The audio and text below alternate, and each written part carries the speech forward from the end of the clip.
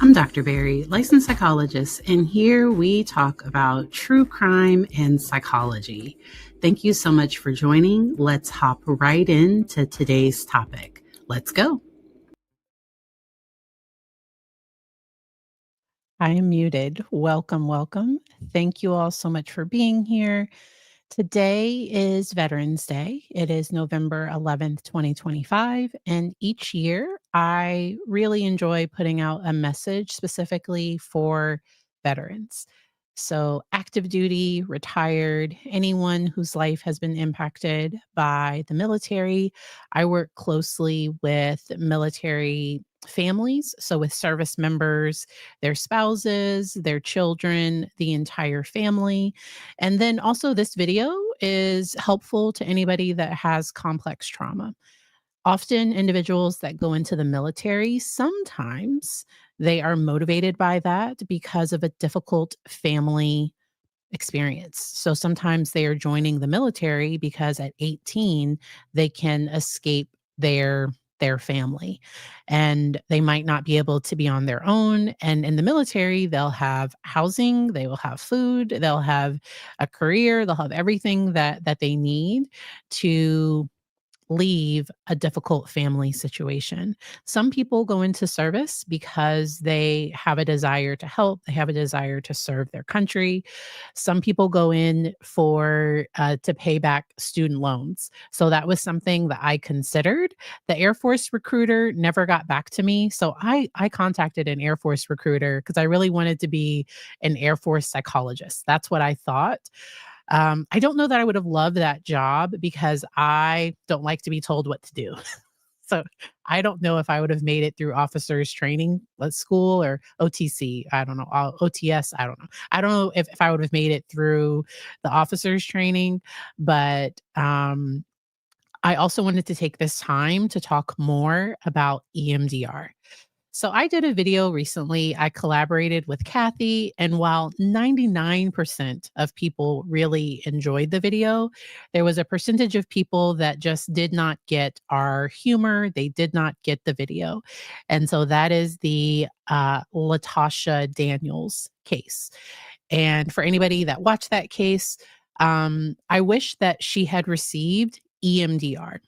What eye movement desensitization reprocessing, what it does is it's a whole treatment program. So it's not only the eye movement reprocessing, it is a way of looking at a person's life experience. It's a way of conceptualizing what they've been through and their current presenting problem, knowing that there are things from the past that are impacting them now in this moment. And what are some things that we can do to help them not be as reactive? And for some people, that starts with what we call resource development. So in that moment, the therapist will say, okay, you're in this difficult relationship, and there's a part of you that wants to leave, there's a part of you that's having difficulty. And so they might do choices have consequences. That is an intervention that the therapist can do to walk through with the individual. Okay, let's let's say you don't get out of this relationship. Where could this go? Let's say you do make that other choice. What is the thing that's keeping you here? What's the thing that's getting in your way? And for many people, when they're in a difficult relationship, the thing that's keeping them is fear of loneliness, fear of abandonment. Maybe there are certain things that are keeping the person there. And with EMDR, we're able to work through what's kind of getting in the person's way.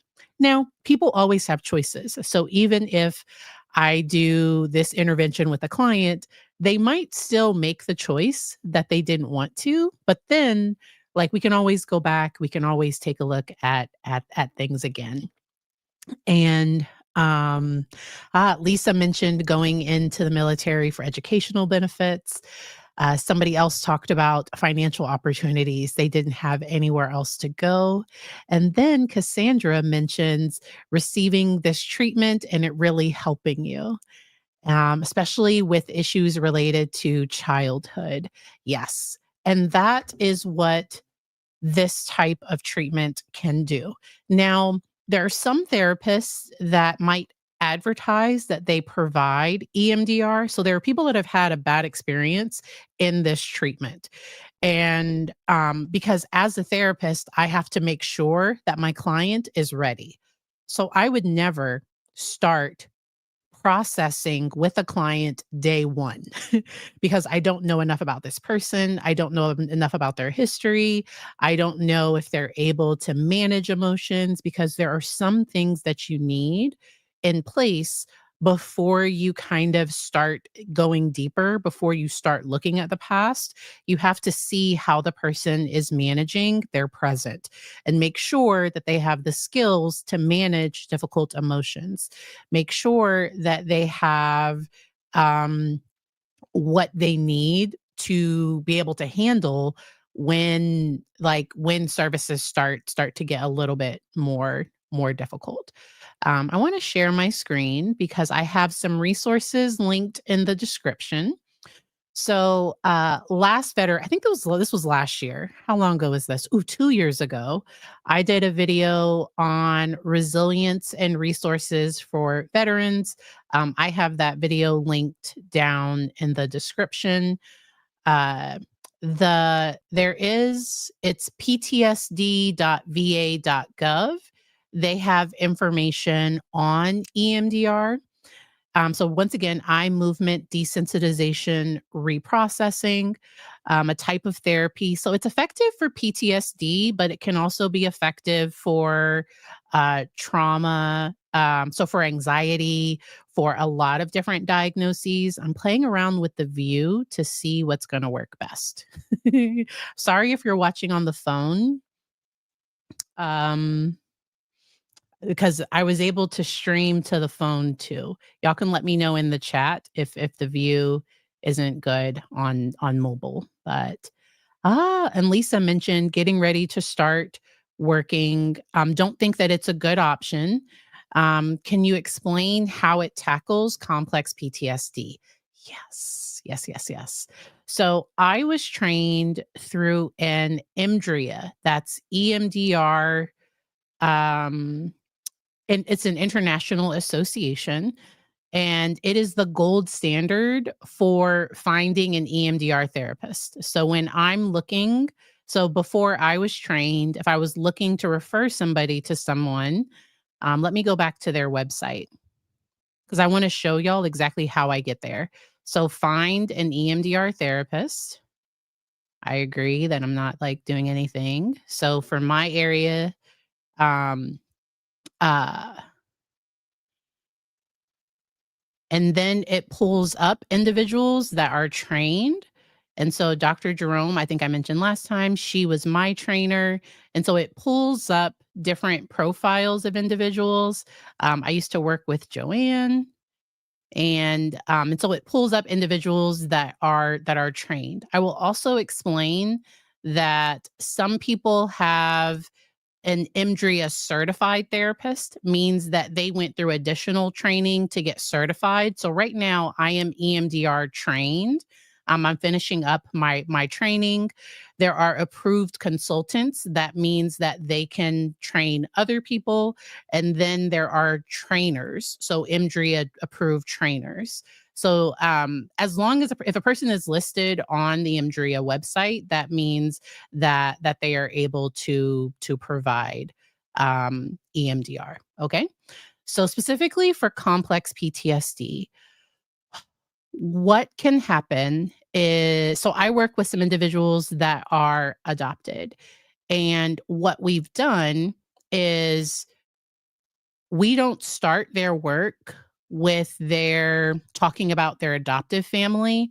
For some people, we go back to conception because maybe there was a trauma around from the very beginning of their life, and we might need to work through some negative emotions, some negative beliefs about themselves that go back early on. And with complex PTSD, what EMDR can do is we talk about the first negative experience, because let's say I'm at the point where with a client we're processing through difficulties related to their father. We talk about their first difficulty with their father, but like we would have different points that we would process through, but it wouldn't be every single negative interaction.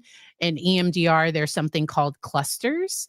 And so for some people, it would be like, okay, there are these memories that are kind of clustered together.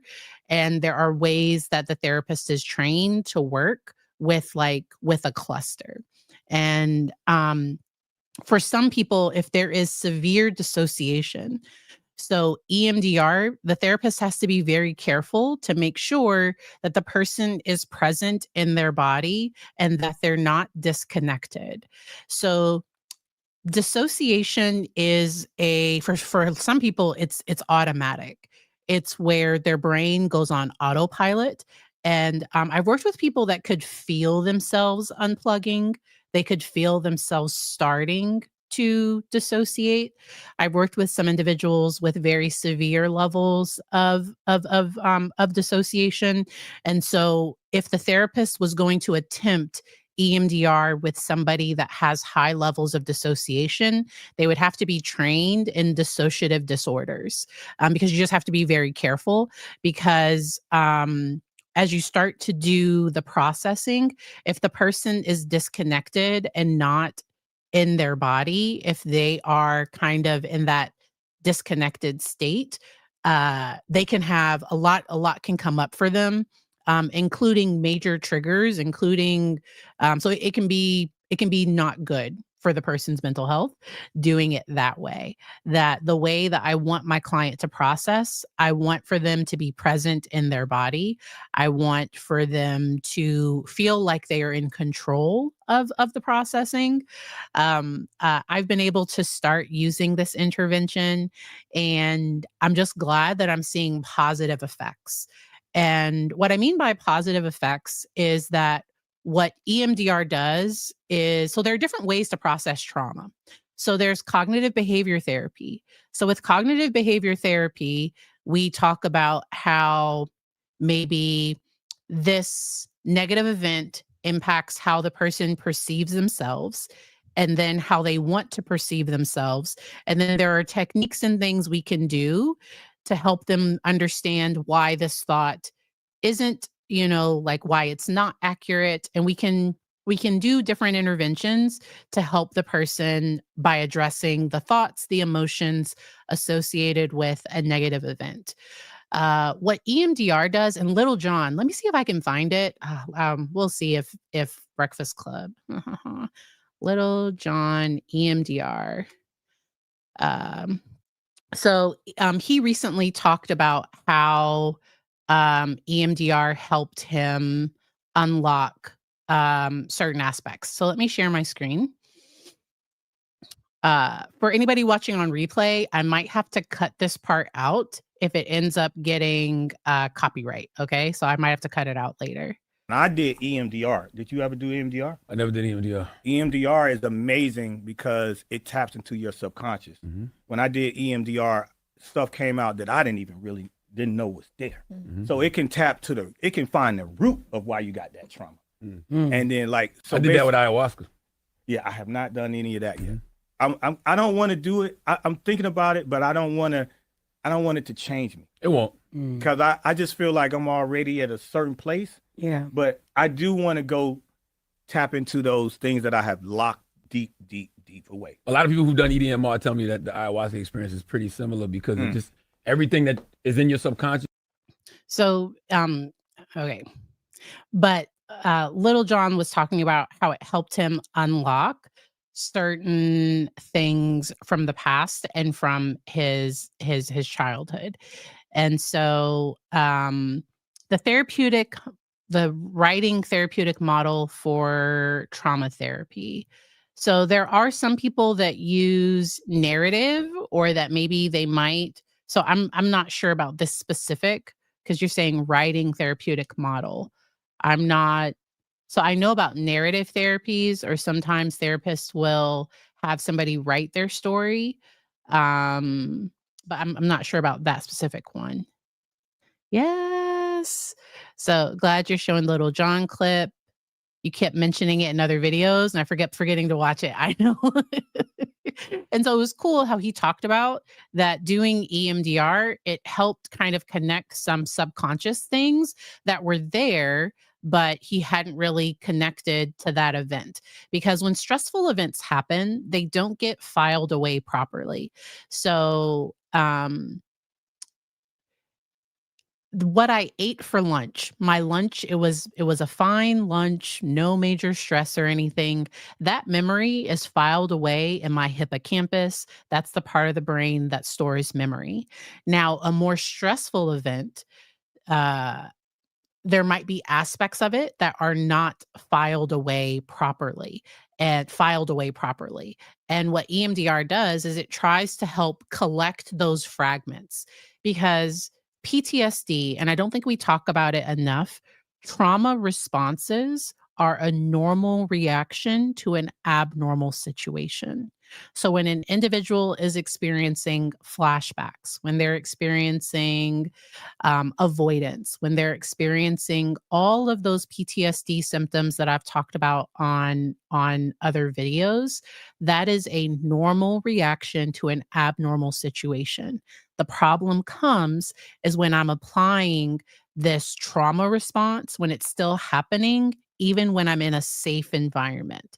Because so a person being hyper alert and being vigilant. So I want my soldiers to be vigilant. And there are a lot of people that when they're overseas, so let's say somebody deploys and they're in a combat situation, sometimes the symptoms don't hit them until they come back. Once they're out of that stressful event, sometimes that's when they start to experience negative things.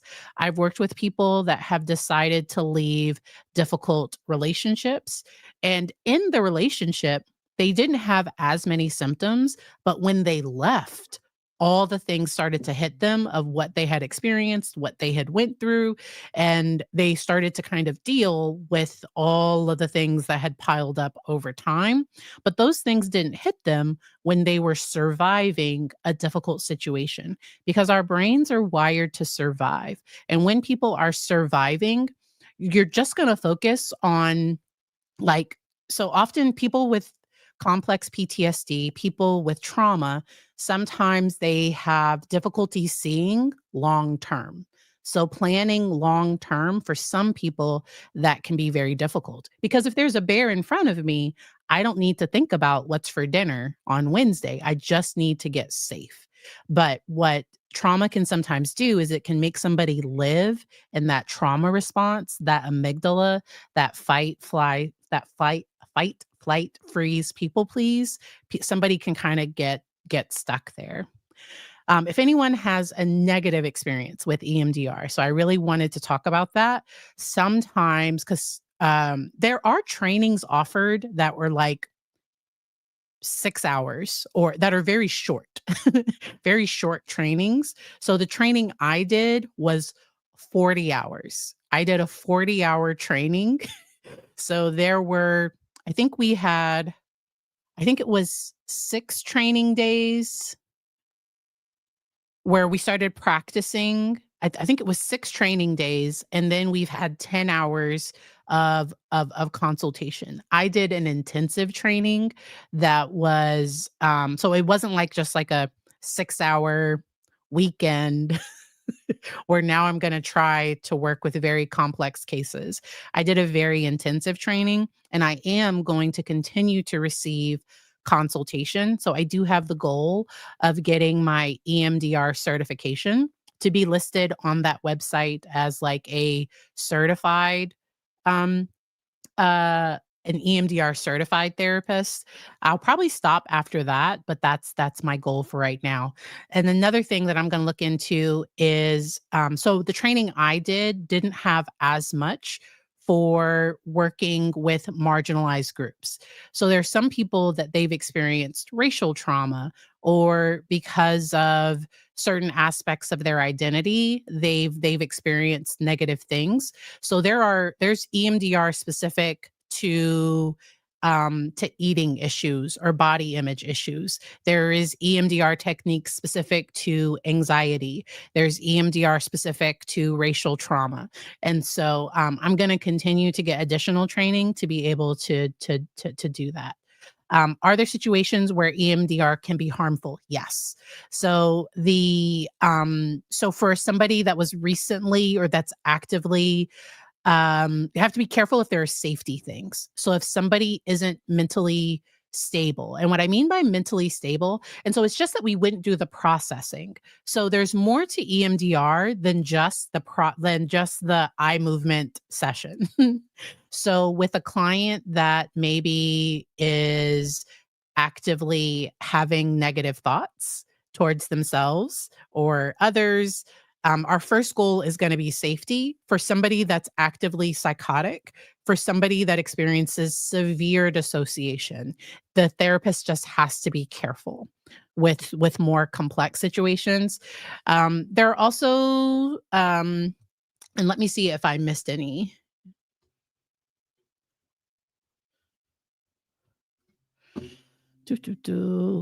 Yes. So active psychosis.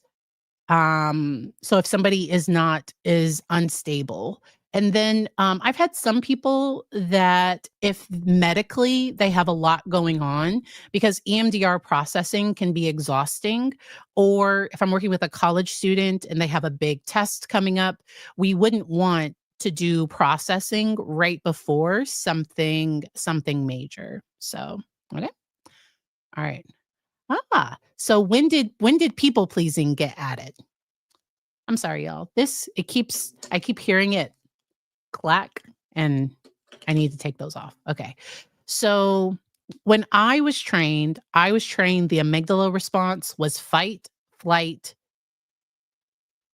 So fight, flight, freeze.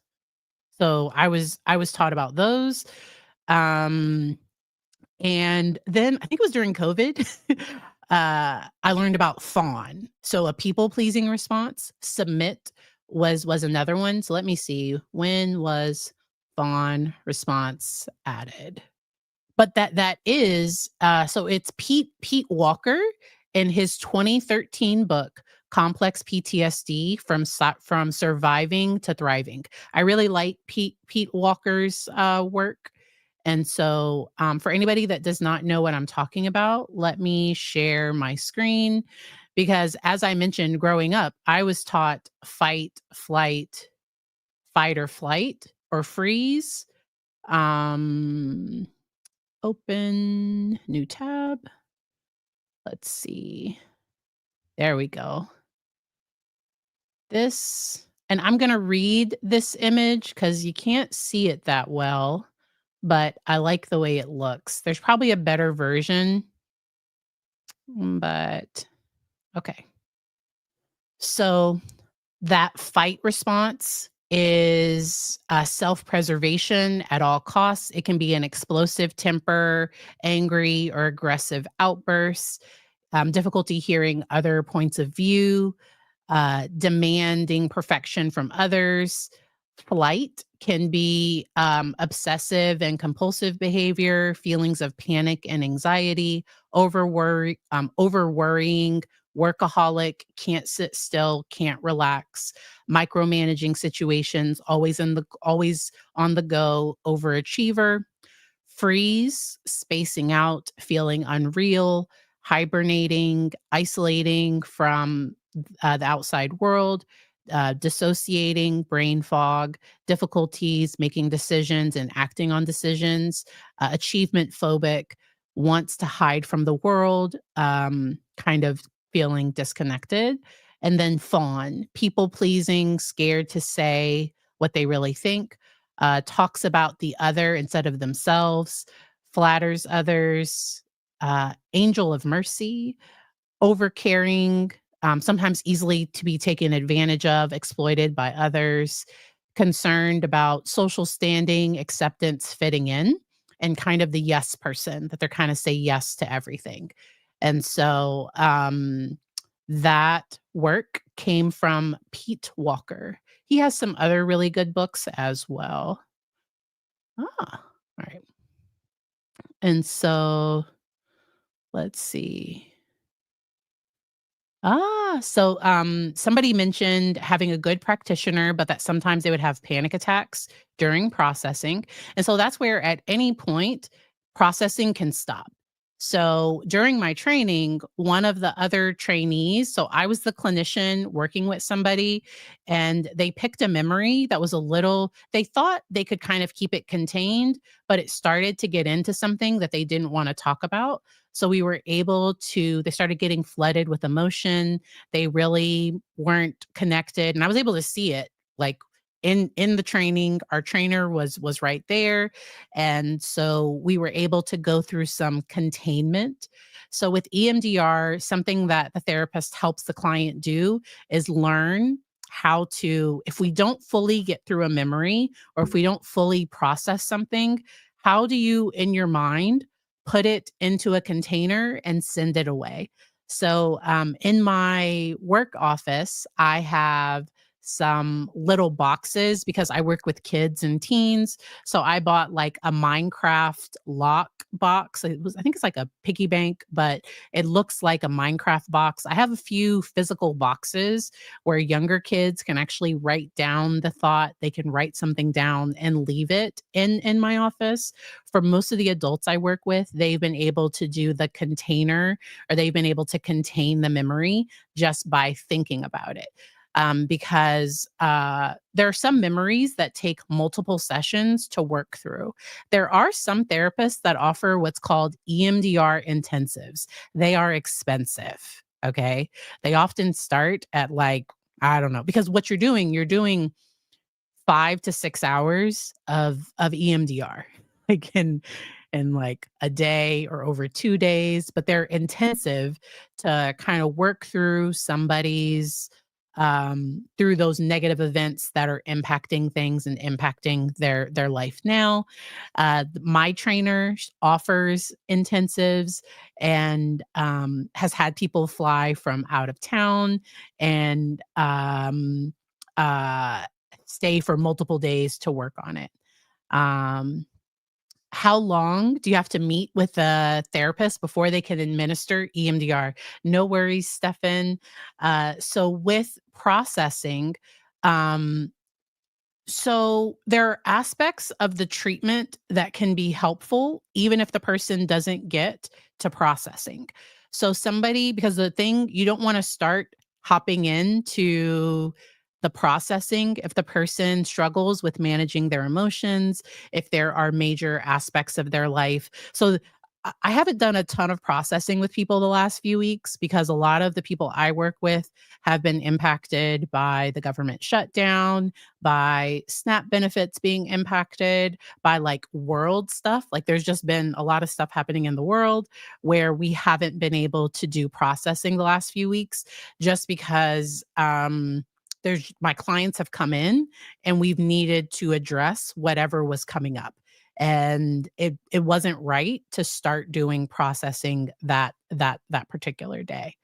Yes, yes. Much love and appreciation to our veterans. Yes. So I can put that one on the community tab. All right. And all of the stress responses are about figuring out how to respond, how to, because there, if a person is in a dangerous situation, you might have to just survive it. And however you survive it, I'd like, you just get through it.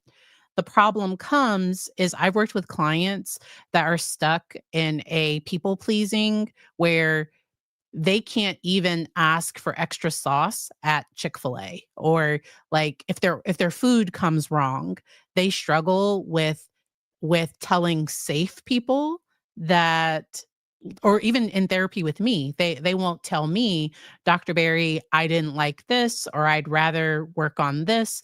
And so that's where for people that have that severe people pleasing, we often start with practicing setting boundaries and saying no to healthy people. Because you don't start with the unhealthy people because you're going to get a bad reaction and that's going to cause more stress. So there are some people that what we talk about is like, yeah, with your family, you need to be on guard. Like your amygdala is going to be activated in certain situations because those situations tend to be high stress and toxic. But there's a difference between being vigilant and being hyper vigilant. So being hyper vigilant is like just feeling what's that? What's this? And just kind of constantly head on a swivel, just high alert all of the time. Being vigilant is I'm aware of my surroundings, but I'm also at peace. So I'm not like, it's not this anxious energy that's causing all of that. I'm more grounded and I'm aware, but I'm not, because hypervigilance actually, like, because my amygdala is activated. And so amygdala is that it's a primitive part of the brain. It's that fight, flight, freeze, people please part of the brain. It's automatic. And when it's activated, it shuts down the thinking brain. Now, I can take a breath to reactivate, to get out of that survival response, to have a more thoughtful. So I don't want to be reactive. Now, if my kid is about to run into the street, my amygdala is going to grab him. You know what I mean? Like it's going to be like, I'm not even going to think about it. Like I'm going to keep my kid safe and I'm going to take a breath, and because I'm not going to scream and yell at him, we're going to talk about it. Okay. But I could also be giving a presentation and then all of a sudden start to feel unsafe, but it's like, okay, everything's okay and everything's fine. And so, yeah. And so Lisa, so they call it fawn response, but I think what's it called? Stockholm syndrome. So Stockholm, that's like where the person identifies with the person that was harming them. They might even have positive thoughts towards the person, or like they just kind of do what the person wants. I haven't looked at the research on any correlation, but I know according to Google, and I don't know, but I believe Pete Walker was one of the first ones to kind of talk about that stress response. Yes. Yes, hypervigilance is exhausting. It is. So it makes your heart rate beat fast, like it makes your heart beat faster. There is a physiological response to that. Thank you, Patricia. So it is cold. I don't know how the weather is in y'all's area. It is cold here. And so, all right. All right. So EMDR, I just wanted to talk about that being an option it's like one of many treatments. When I was learning about it and practicing it, for me, it felt like my brain was doing the work. And so when I was receiving it as the client, so any therapist that provides EMDR, they have to be willing to receive it. And I promise it's not a cult. It feels like, because I believe in it so much, like I feel like not this like I really, really love it. I've been in therapy before. I've tried cognitive behavior therapy. I've done dialectical behavior therapy. I've done lots of different types of therapy in the past. And DBT skills training, dialectical behavior therapy skills. Let me see, DBT skills. And in one of my previous videos, I shared the dbtselfhelp.com because somebody mentioned not having resources. And this is a free website where they post, I don't know if they get in trouble for it, but they post a lot of information and it's all free. So DBT talks about mindfulness skills. They help you with stop ruminating by focusing on the present. So right now I'm thinking about the fact that I'm going live with Paul in like 10 minutes, but it's like, just be in this moment, finish this video. It is what it is. Distress tolerance is, it can feel like the end of the world. This module can help you survive distress without using target behaviors. Target behaviors would be maladaptive or problem coping. Emotion regulation, many of us struggle with emotion regulation. reduce emotional vulnerability and stabilize your emotions with these skills. And then interpersonal effectiveness. Use these skills to get your needs met in healthy ways. So interpersonal effectiveness is about minimizing like manipulation. So like getting needs met in unhealthy ways and learning better ways to get your needs met, maintain relationships, and stand up for yourself. And so this is dbtselfhelp.com. Yeah. And so it has different resources. And so I wanted to share that one. Yes. And this is another treatment. So the most important thing when looking for a therapist or finding a therapist is first finding a place where you feel supported and you just want to talk to that person. So if in your first meeting with a new therapist, you're like, I don't think this is right. I don't know if this is the right fit, but more of like the vibes that you're getting. Like if the vibes aren't a good fit, you could like, it might not be right. It might not be the right fit. ACT is very helpful. Um, I'm not fully trained in ACT and acceptance commitment therapy. I have some friends that really love it, and but I've been trained in some of the techniques. I heard some places got snow recently. 'Cause I think I have a friend in Virginia Beach. I think she mentioned that they got a little bit of snow. And I saw somebody post because they were in Florida and the temperature was 33 degrees and they were mad because they moved to Florida from New York and they were really mad that it was 33 degrees in Florida. Oh, and so for somebody that feels that their therapist is judging them, you can always check in. So you can always ask. You could start the session and say, "Sometimes I feel like people are judging me." So remember when I told you about my mom and this happened? Like I kind of felt that, and therapists can clarify. The therapist can be like, because uh I have had to be honest when I've been frustrated in a situation. So therapists have to remain non-judgmental. But there have been times where I've had to let a client, I don't like your significant other. But it's okay. Like they're yours. Like we can talk about it. We can work. But like like but like and there's no judgment. Like I don't feel, but like for a minute, because the client could have seen me be like, you called who? You saw who? But like, okay, wait a minute. No. Non-judgment. And then let's talk about, this come from your healthy, healed place, or did this decision come from that hurting place? And then I've had some clients, because I've challenged them on negative things. They have some people have decided not to come back, and that was their choice. But let me get ready to go live with Paul. Paul and I are going to be talking about so if you're here for cases, stick around. In about 6 minutes, Paul and I will be going live. We go live on through Paul's channel. So you'll hear his intro. So it's the hey, hey, hey. You get to welcome to the Sofa Squad. I'm going to go hang out with Paul to talk about the Devin Michaels case out of Las Vegas. It's a doozy of a case. If you'd like to stick around, please do. If not, I will see you all next time. I hope y'all have a great rest of your day. Have a good one. Bye.